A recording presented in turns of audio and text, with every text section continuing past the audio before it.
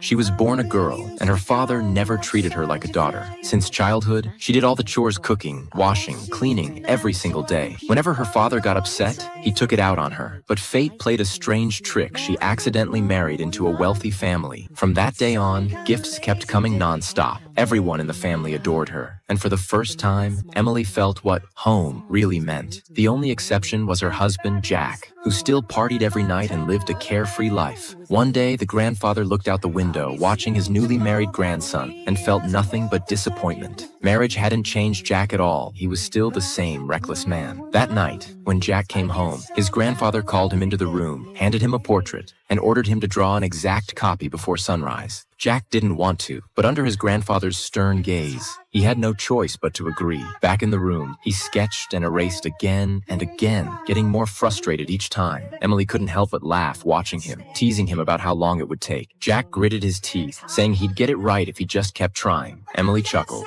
lay back on the couch, and watched him struggle through the night. By sunrise, he finally finished the drawing, dragging his tired body to show his grandfather. The old man looked at it with satisfaction, and during breakfast announced, "From today, Jack will become the apprentice of the armless master." The family burst into laughter, while Jack sat there speechless. When he arrived at the master's studio, he barely introduced himself before being told to clean the place. He wanted to refuse, but after a harsh scolding, he quietly picked up the broom. After cleaning every corner, he thought he could finally rest. But the master sent him to sweep the hallway next, even standing there to make sure he didn't slack off. Meanwhile, Jack's mother worried Emily might feel lonely, so she took her out for a shopping day. They went through almost every luxury store, and later sat down in a restaurant to relax and eat. Just then, her older son called with bad news. After the call, they rushed home immediately. At dinner, the air was heavy and silent. Grandfather, confused, asked what had happened. That's when the eldest daughter-in-law finally spoke up. She'd just found out she couldn't have children. The old man froze, then sighed softly and said, "As long as you're healthy, that's all that matters." Back in her room, Emily looked at her phone and saw a message from her ex-boyfriend. That's how she learned her father had been beating her sister every day since she left. She quickly called her sister, but no one answered, because the one who was supposed to marry into this rich family wasn't Emily, it was her sister.